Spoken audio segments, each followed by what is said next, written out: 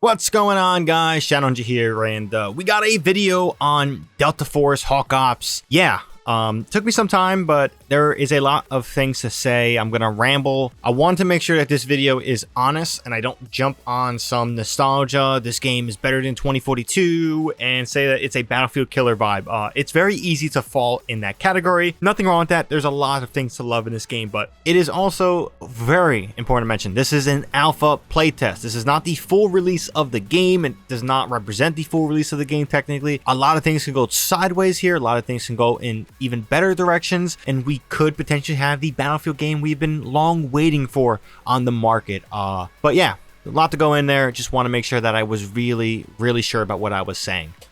Another caveat before we go anywhere, just want to mention that this is going to be talking about the all-out warfare or havoc warfare side of the game. This isn't talk about the extraction shooter part. Don't really care about that, so just want to say that before we go anywhere. So with that being said, if you guys enjoy the content, please consider hitting that subscribe button and bell to be notified when I do drop more content. We got some gameplay videos planned for this game. Probably slow drip over a couple months. We'll see how things go and how much I pull. But yeah, there is some content you guys will have fun with. There is some fun times here, but let's jump in and talk about this game. So very much in a good way, this is a Battlefield clone. And I even dare say that it is better than Battlefield 2042. It's what that game should have been when it launched. And yeah, it's crazy to see that the playtest of this game has delivered on so many different fun, joyful moments than Battlefield 2042. I think that highlights they really missed the mark with that game, but I think at this point, if you're a Battlefield fan, you understand that point, and I don't really got to beat the dead horse over the head on that one. But like I said, it does have that Battlefield game to it. Not going to say Battlefield 3, Battlefield 4 level of stuff. Not even probably going to say it's on the same level of Battlefield 5, let's say, but there is a lot here, and there's a lot to work with, and there's a lot of fun stuff that could work in its potential. One thing that I really couldn't gather was the fact of the vehicle gameplay. On the ground side, when it came to tanks, I think that they're fine.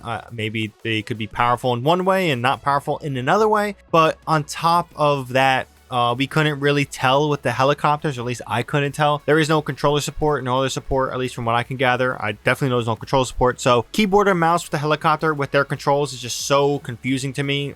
Never got the hang of it, and just not something I can comment on. It could be powerful, could not be powerful. Who knows? Let's see how things go when the helicopter vehicle controls really iron themselves out. The maps. They flow way better than 2042. They have a lot more flow to them, and it's only 2 maps, which is kind of bananas. Now, there are the choke points and all that good stuff, but it is nice loading in and not really running around trying to find the conflict. It is kind of right there. A lot could be said that it is on the good side of what the game mode is offering. It is very much like a breakpoint or breakthrough or slash rush, whatever you want to consider it. You go in there, you capture these points and stuff like that. Definitely more in line of a breakthrough, but it was really leading to some fun, chaotic moments, and everything was streamlined in a very solid way. Where, again, compared to Battlefield 2042, we all know the maps, especially at launch, they really struggle to hone in that gameplay flow. Guns, gunplay. Honestly, really crazy to say that they nailed it better than DICE did with 2042. For the longest time,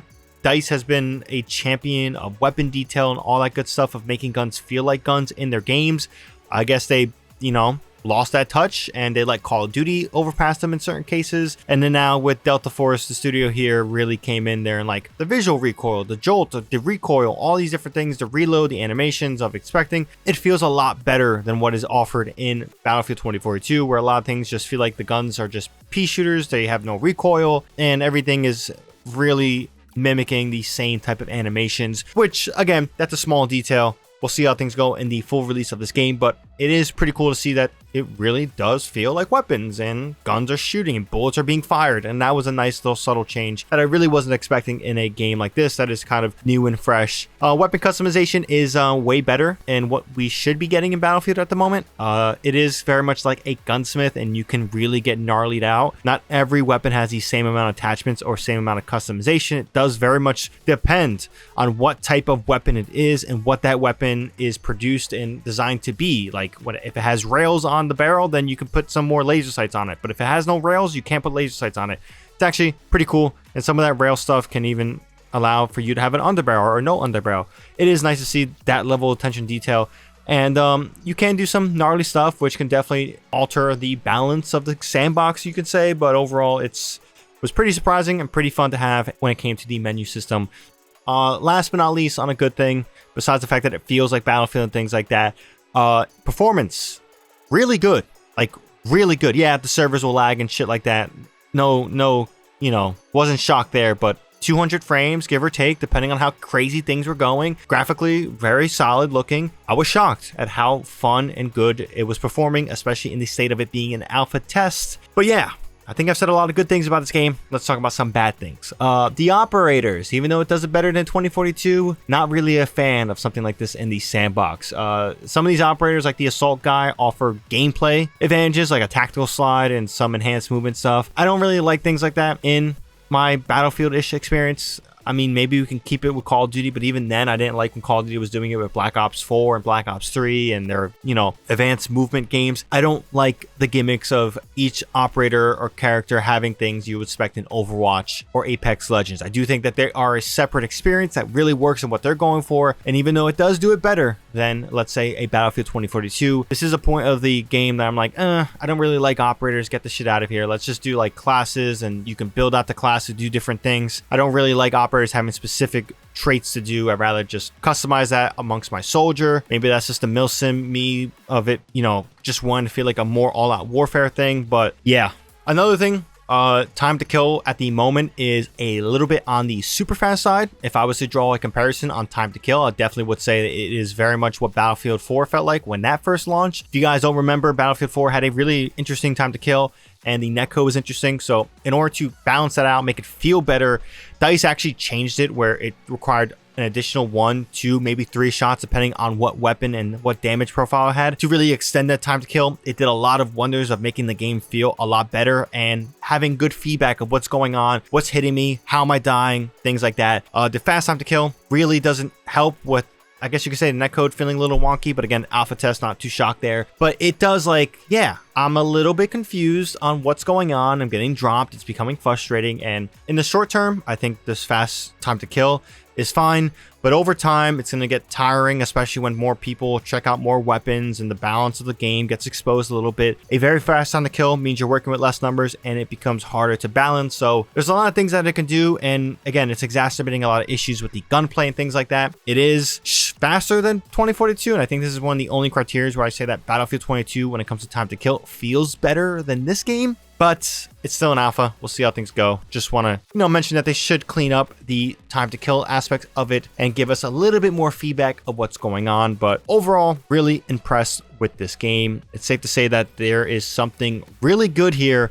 And while I won't say it's a Battlefield killer, it can be. And I think it's shown that it has a lot of traits that it could be like that. Still think that it's far short of Battlefield 5, for example. And this is a Battlefield game, Battlefield 5, that I don't love like I do 3, 4, maybe even like 1. I enjoyed 1 a lot. Battlefield 5 left a lot to be desired, but that is still a way better Battlefield game than 2042. And I still think as a Battlefield game, it is a way better comparison to kind of show that Delta Force is better than 2042, but I don't know if it's safe to say that it can be better than Battlefield 5 if it released in this state. But again, we'll see how things go. I've only talked about one aspect of the game. Like I said before in the intro, there's an extraction shooter part of this. Don't really care too much about that. Didn't really talk about that. This was more about the multiplayer all-out warfare side of things, which I think is pretty cool. Also, it is a free-to-play game, so that really should allow the accessibility to be out there. We'll see how the monetization goes. The devs have said some good things on the monetization about they want to focus on making a good game rather than a game that makes money. We'll see how things go in the long run when it comes to those comments, but overall,